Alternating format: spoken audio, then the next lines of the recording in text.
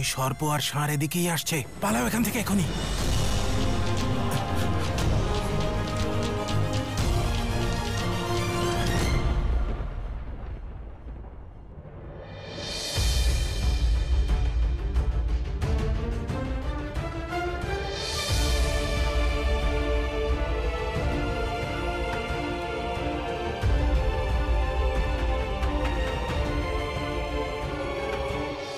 এসব কি হচ্ছে? আমি তো কিছুই বুঝতে পারছি না গো।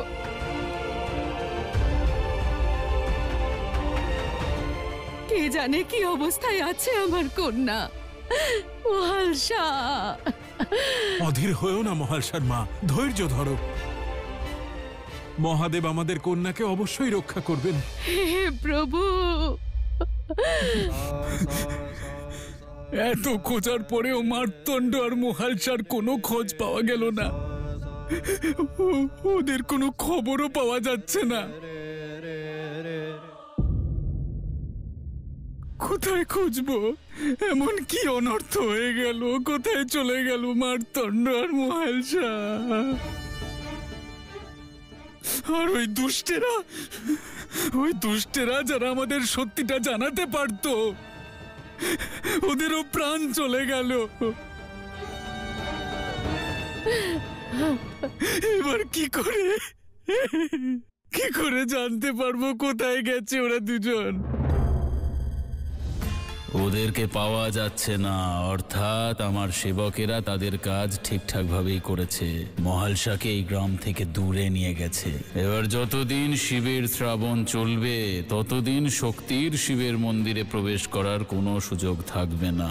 ধনী, আমরা কতক্ষণ এভাবে হাতে হাত রেখে অপেক্ষা করব? আমাদের গিয়ে মার্তণ্ড আর মহালসার খোঁজ করা উচিত। হ্যাঁ, আমাদের যাওয়া উচিত। মহালসা বিপদের মধ্যে আছে আর আমরা এখানে উৎসব পালন করব, এটা হতে পারে না। হ্যাঁ, যাওয়া উচিত। যাওয়া উচিত আমাদের, হ্যাঁ, যাওয়া উচিত। আমাদের যাওয়া উচিত। যাওয়া উচিত আমাদের, হ্যাঁ, যাওয়া উচিত। হ্যাঁ, যাওয়া উচিত। যাওয়া উচিত আমাদের।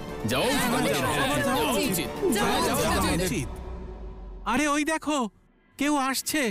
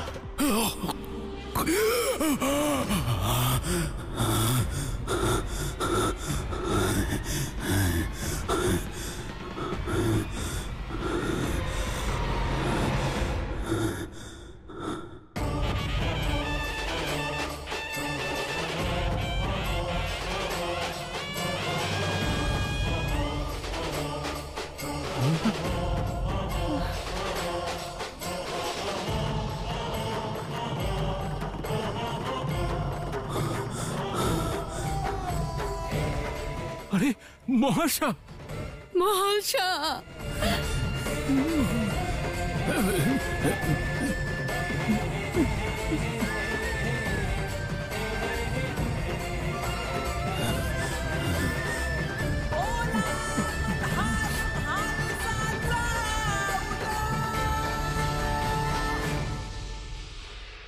আমি বলেছিলাম না মহাশার মা, মহাশা অবশ্যই আসবে।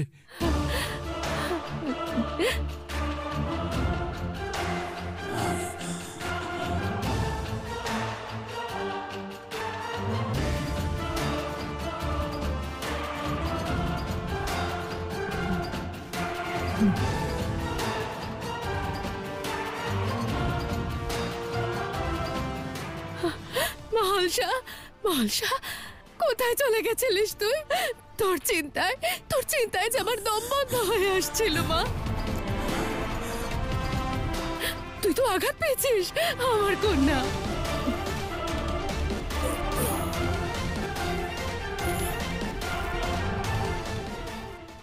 মহালসা, তুই ঠিক আছিস তো মা? মহাদেবের অসীম কৃপা যে তোকে সুস্থ অবস্থায় ফিরে পেয়েছি।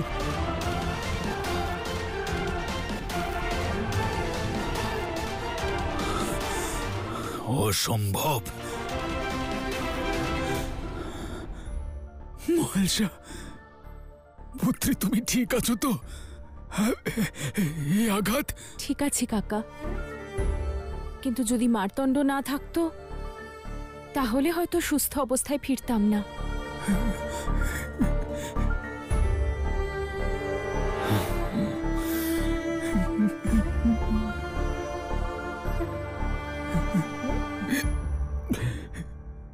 কি হয়েছিল মহালসা?